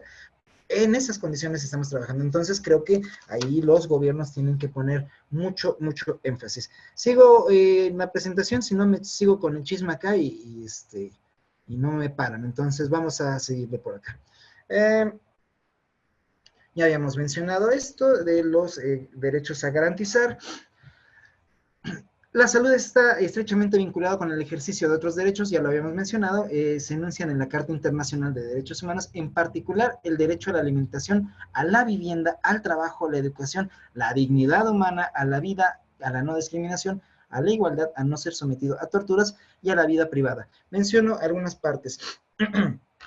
Justamente el derecho a la salud en cuestión de no ser sometido a torturas. Esto parece irrisorio, pero en muchos contextos internacionales se dio que en estos periodos de guerra sucia, donde había dictaduras militares, y que en México no hubo dictadura militar, pero sí hubo un periodo de guerra sucia, muchos de los torturados eran asistidos por un médico. Mientras existían estas torturas, el médico le iba diciendo al torturador, ya hasta aquí porque si no se nos va a ir.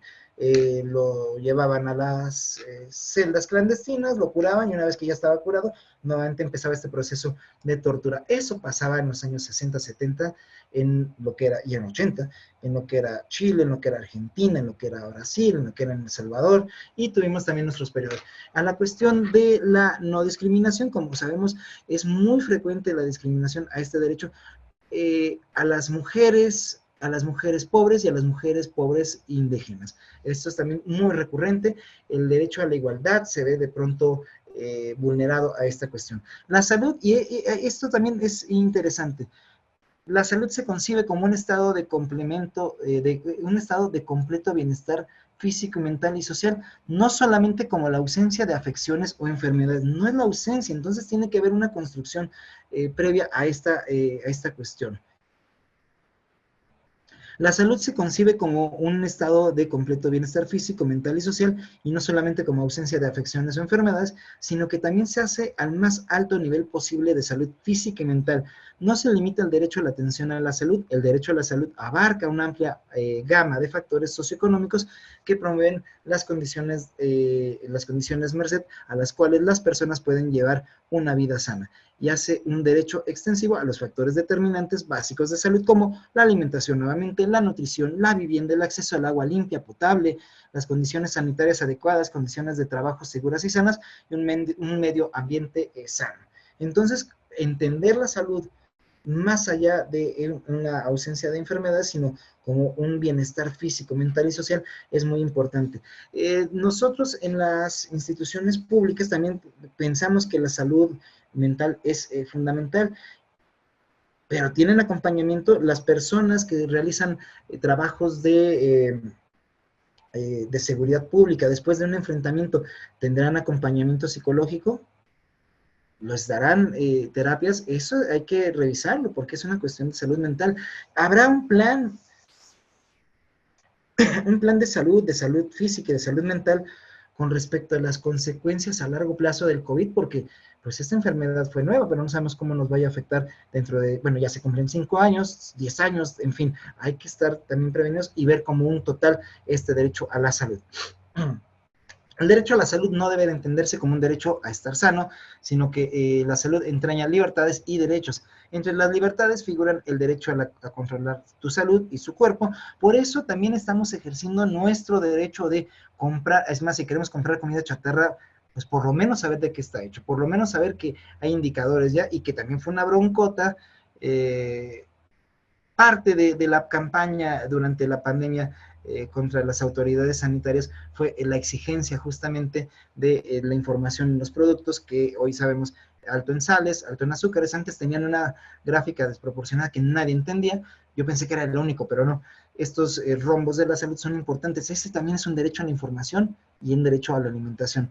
Entre las libertades figuran el derecho de controlar tu salud y su cuerpo, su inclusión de la libertad sexual y genésica, y el derecho a no padecer injerencias, como el derecho a no ser sometido a torturas, ni tratamientos, experimentos médicos, ni no consensuales. En cambio, entre los derechos figuraba el relativo a un sistema de protección a la salud que brinda a las personas y oportunidades iguales para disfrutar del más alto nivel posible a la salud.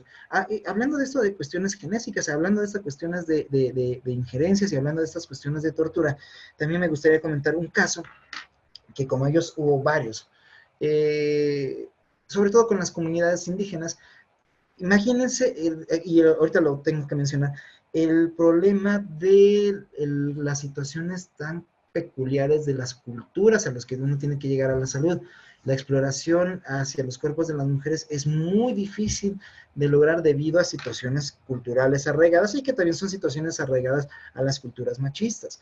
Pero pensemos que se logra tener el acceso o el permiso de las mujeres que sean revisadas, y en estas comunidades indígenas en Perú, allá en los años 90, las revisiones para la cuestión de los papanicolaos y demás, fue utilizada para dejar las esterilizaciones forzadas de las mujeres, porque como había muchos pobres que ya no se reprodujeron, eso es genocidio. Y eso se dio en Perú, pero también se dieron algunos casos en México. Justamente este derecho a la salud fue violentado y fue llevado hacia este tipo de situaciones que es crímenes, incluso pueden ser considerados crímenes de lesa humanidad. Por lo tanto, menciona aquí la diapositiva, el derecho a la salud debe entenderse como un derecho al disfrute de toda una gama de facilidades, bienes y servicios y condiciones necesarias para alcanzar el más alto nivel posible de salud. Esta ya la había visto, discúlpenme.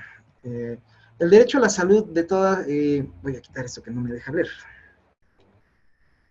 El derecho a la salud de todas sus formas y todos los niveles abarca los siguientes elementos esenciales interrelacionados cuya aplicación dependerá de la condición prevalecientes en un determinado estado parte. Por ejemplo, cuando esto se ha afirmado, la disponibilidad, la accesibilidad, la aceptabilidad y la calidad. Estos son factores importantes. Mencionen la disponibilidad que debe de contar con un número suficiente de establecimientos y bienes y servicios públicos de salud, centros de atención de salud, así como de programas, cosa que no está todavía bien desarrollado en nuestro país. La accesibilidad justamente también habla de estos bienes, muebles, inmuebles de salud deben de ser accesibles a todos sin discriminación alguna dentro de la jurisdicción parte. Y la accesibilidad tiene que ver con la no discriminación, la accesibilidad física y la accesibilidad económica. La aceptabilidad, todos los establecimientos, bienes y servicios de salud deberán ser respetuosos de la ética médica. Esto es importantísimo. Deben de ser respetuosos de la ética médica y las culturas y culturalmente apropiados. Pensemos cómo nosotros, para garantizar el derecho a la salud, cómo nos tenemos que acercar, ya habíamos hablado justamente a las comunidades indígenas donde esta situación es bastante compleja, o cómo podemos ejercer este derecho, o cómo las mujeres musulmanas radicadas en México pueden ejercer este derecho a la salud. Se tiene que ver una ética totalmente profesional, actual, con comportamientos apropiados en cualquier cultura, pero sí tiene que haber especificidades. Eso también es una complejidad bastante fuerte. La calidad, además de aceptables desde el punto de vista cultural, los establecimientos y bienes y servicios de salud deberán ser también apropiados desde el punto de vista científico, médico y de ser de buena calidad. Mi queja también siempre con los baños va a ser importante, porque creo que desde ahí puede haber una situación que nos deja ver las debilidades de las instituciones.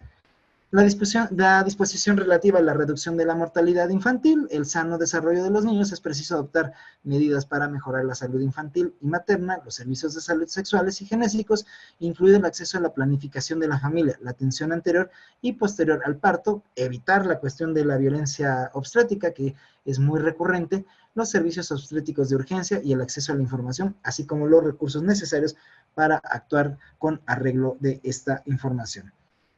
El mejoramiento de todos los aspectos de higiene ambiental e industrial, esto habla también de la salud en la cuestión laboral, la adopción de medidas preventivas en lo que respecta a los accidentes laborales y las enfermedades profesionales, la necesidad de velar el suministro adecuado de agua limpia potable y la creación de condiciones sanitarias básicas, la prevención y reducción de exposición de la población a sustancias nocivas tales como radiaciones y sustancias químicas nocivas u otros factores ambientales perjudiciales que afectan directamente o indirectamente la salud de los seres humanos.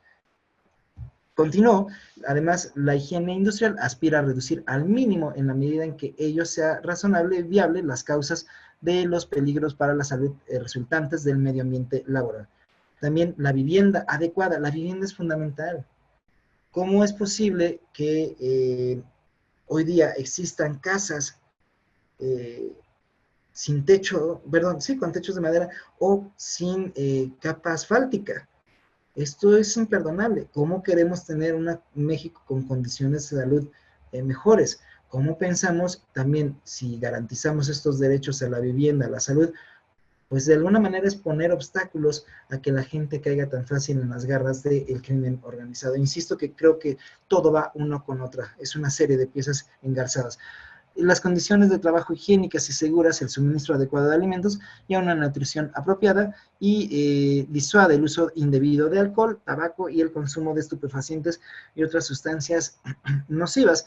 Creo que hoy día el tabaquismo hizo efecto en quienes tenían que hacer efecto, ¿no? Esta generación todavía de los que tienen 35, 40, hoy día los jóvenes no fuman. debido a que también se reguló esto. Bueno, no fuman tabaco, ya lo demás también habrá que atenderse. Adecuados, la cuestión indebida del alcohol, esa es una lucha interminable, porque hay que tener mucho cuidado. Una cosa es la política pública y otra cosa es la persecución, ¿no? El estigmatización. Creo que se deberían de haber políticas públicas de disuasión de alcohol más efectivas que provocar esta situación o que por mandato se cierren las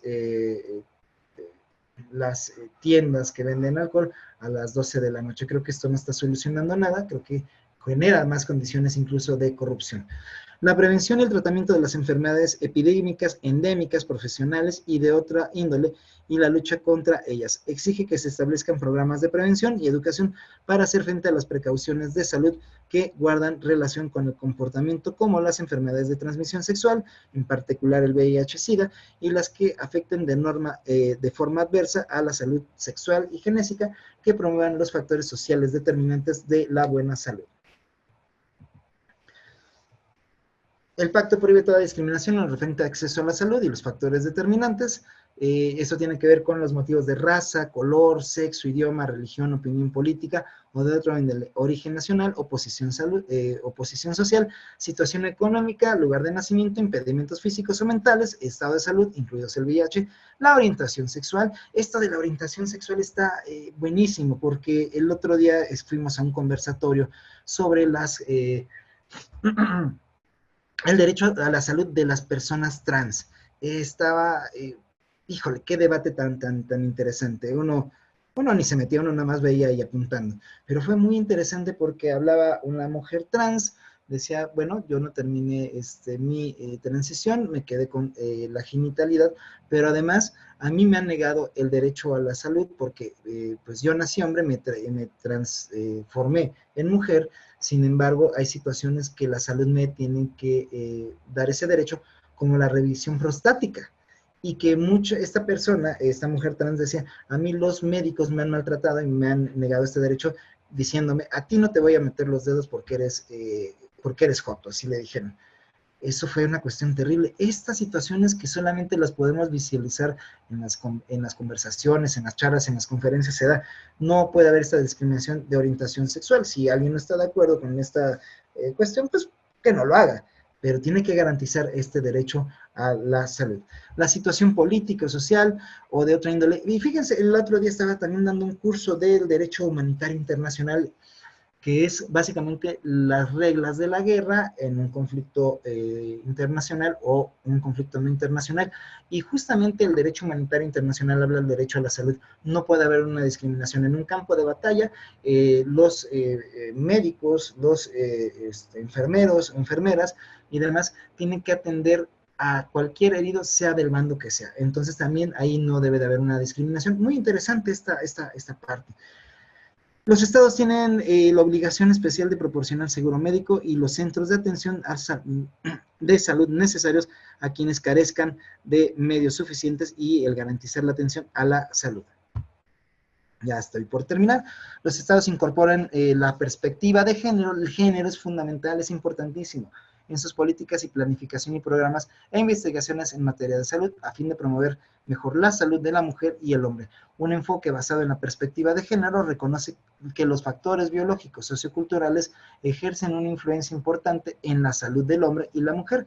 La desagregación según el sexo de los datos socioeconómicos y los datos relativos a la salud es indispensable para determinar y subsanar desigualdades referentes a la salud. Para suprimir la discriminación contra la mujer es preciso elaborar y aplicar una amplia estrategia nacional con miras a la promoción de los derechos de la salud de la mujer, que creo que México está teniendo estas políticas públicas bastante avanzadas. Hace falta muchas cosas, muchísimas, pero creo que en esta situación, al menos yo sí he podido ver. Yo, como hombre, lo he podido ver. Quizás ustedes como mujeres me pueden decir, usted se está equivocando porque nos vemos carencia de esto, y lo cual también es muy válido mencionarlo. Ya para terminar esta parte, adoptar medidas para reducir la mortinatalidad y la mortalidad infantil y promover el sano desarrollo de los niños. En los ulteriores instrumentos internacionales de los derechos humanos se reconoce que los niños, y aquí debe decir niños, niñas y adolescentes, tienen derecho al disfrute del más alto nivel posible de salud y el acceso a centros de tratamiento de enfermedades. Los estados partes deben de proporcionar a los adolescentes un entorno seguro y propicio que les permita participar en la adopción de decisiones que afectan su salud, adquirir experiencia y tener acceso a la formación adecuada, recibir consejos y negociar sobre las cuestiones que afectan su salud. Bueno, esta es una parte que presenté el día de hoy con ustedes. Déjenme quitar esto, aquí está. Tenemos unos minutos también por si se quiere abrir un diálogo, un debate, preguntas y demás. Esta es la presentación que tuve. Faltaron muchas cosas más. Si después requieren una parte 2, con mucho gusto podemos hacerlo. Si ya les aburrí, también díganmelo. Y podemos entablar esta charla. Dice Magdalena Pérez, perdón. Buenos días, yo tengo una pregunta, sí, si gusta hacerlo, perdón, se me pasan luego esto de los chats, discúlpeme. Si Hola, está ahí, hola, buenas tardes, ya, buenos días tardes. todavía. Profe, tengo una duda. Yo soy la trabajadora social de la Fundación Raymond Bell. Regularmente nuestra atención es para los niños menores de edad, pero ahorita traemos no un conflicto, sino una duda de que la mayoría de los pacientes los traen los abuelitos y no son tutores legales, pero pues tampoco les tenemos o podemos negar el servicio porque pues ellos vienen a una atención, ya sea por abandono, varios problemas sociales que tienen con los papás, pero el nosotros no tener como un consentimiento del tutor, pues también nos arriesga un poco pues a lo legal, y no sé ahí qué consejo nos podría dar o pues no sé si tengan como algún consentimiento o algo, porque pues vienen la mayoría son los abuelitos. ¿Qué tipo de población es, perdón? Eso, pues atendemos en psicología de 4 años a los 18, menores de edad. Uh-huh. Ok, hasta donde yo tengo entendido, el que los lleve un abuelo o un familiar se toma en cuenta como si fuera el tutor, debido a que está esto que se llama el interés superior de la niñez. Entonces, esto los puede facultar. De todas maneras, si tienen algunas dudas, yo puedo buscar la información necesaria para brindárselas. Déjenme, les escribo aquí mi correo, pero yo le agradezco su duda. No sé si se la aclaré o se la amplié. Sí, sí, ya con eso, o sea, porque si yéndonos muy como a lo legal o un problema más grande, porque ellos no son los tutores, aunque pues sabemos que es como familia directa y pues no hay tanto conflicto, pero sí tenía como esa duda. Sí, es el interés superior de la infancia, entonces en ese sentido, ustedes la ven así. Permítanme, cndh.org.mx. Mi nombre se escribe rarito, se escribe Illich, Illich, pero se pronuncia Illich. Ahí está. Dice, el término correcto es transición, no transformación. Ok, perdón. Sí, tiene razón usted, se me fue esa parte. Mi correo es yescamilla@cndh.org.mx. Dice Jessica, el término correcto es de transición. Sí, me hablaba quizás con la reasignación de sexo, ¿verdad? Si era eso. Sí, tiene usted toda la razón, se me barrió, gracias por señalarlo. Cualquier duda que tengan, me pueden escribir o nos pueden escribir y vamos a tratar de mandarles la información que requieran. Y si no la tenemos, también los podemos encauzar con un área que pueda tener esta situación específica, ¿no? Entonces, ahí está. ¿Algún otro comentario, duda? ¿Regaño? Más que desee participar, también pueden activar sus micrófonos. Adelante. ¿Nadie? Maestro Escamilla. Gracias, ¿Nos buenas puede tardes. usted compartir sus diapositivas? Sí, ¿le parece si lo hacemos a través de nuestro compañero Jorge Adán, para que él tenga el material y con mucho gusto se las pase? ¿Sí podríamos, compañero? Sí, maestro. Muy bien, muchas gracias. No, gracias. Jessica, adelante, por favor, buenas tardes y disculpe el error. Hola, no pasa nada. Yo quería como preguntar, bueno, primero agradecer la información. Creo que hubo muchos temas muy interesantes que pues nada más refuerzan que tenemos muchos compromisos pendientes, ¿no?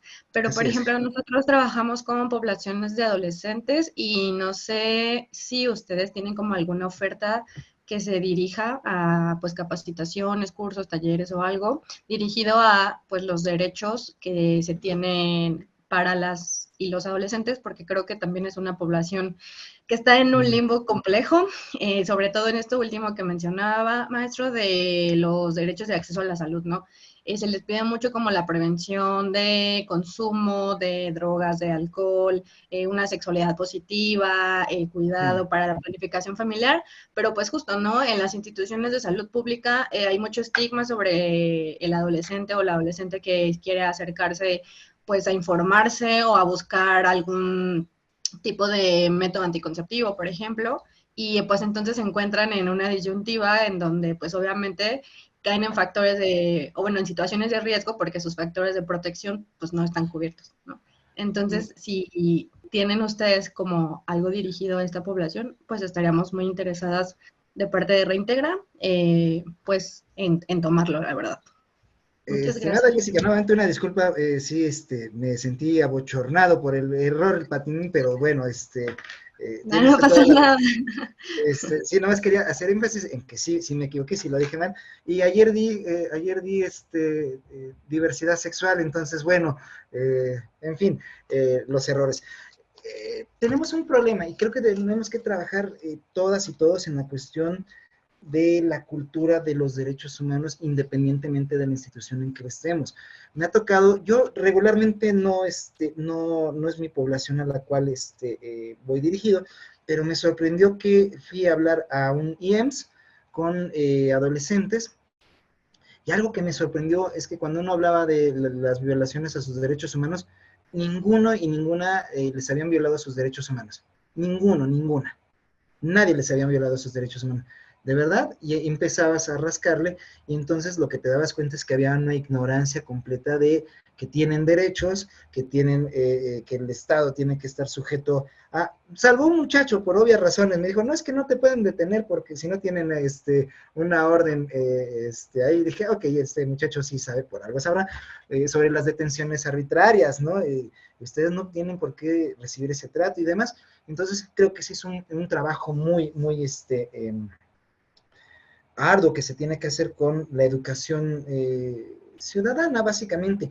Y respondiendo a su pregunta, estimada Jessica, tenemos temas que hablan de muchos temas, perspectivas sobre niños, niñas y adolescentes, por ejemplo, desde la trata, desde la migración, desde el derecho a la salud, desde el derecho a la educación. Tenemos varias, sobre todo una compañera, para quienes interesen temas de pedagogía, la compañera Alma, se me acaba de olvidar su nombre, pero está en nuestra área, muy buena para estos cursos.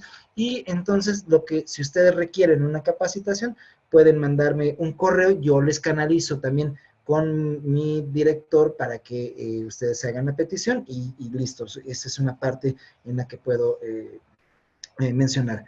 Mencionaba Julia Lara con el tema de discapacidad intelectual. Me agradaría saber si hay algún tema. Ay, el tema. Se me fue el tema. Muchas gracias por el curso. Nos da. Gracias. Con el tema de discapacidad intelectual, me agradaría saber si hay algún tema o libro para saber más de eso. Por favor, escríbame, estimada Julia, y con mucho gusto lo busco. Ahorita no tengo el dato, se me va. También menciona, ¿alguien tiene algún comentario, duda? Sí, adelante, Nicté, qué bonito nombre. Hola, gracias. ¿Sí me Buenas escuchan? tardes. Sí, adelante. Pues a mí me gustó mucho la ponencia, muchas gracias. Nosotras trabajamos con niños quemados, entonces me hace mucho sentido esto de las determinantes estructurales o las determinantes sociales, por ejemplo, el entorno, la vivienda, que para nosotros estamos muy familiarizadas con que los niños se queman justo por los usos y costumbres, porque no hay, por ejemplo, tanques de gas, ¿no? Los fogones, entonces Sí. eso nos hace como mucho sentido.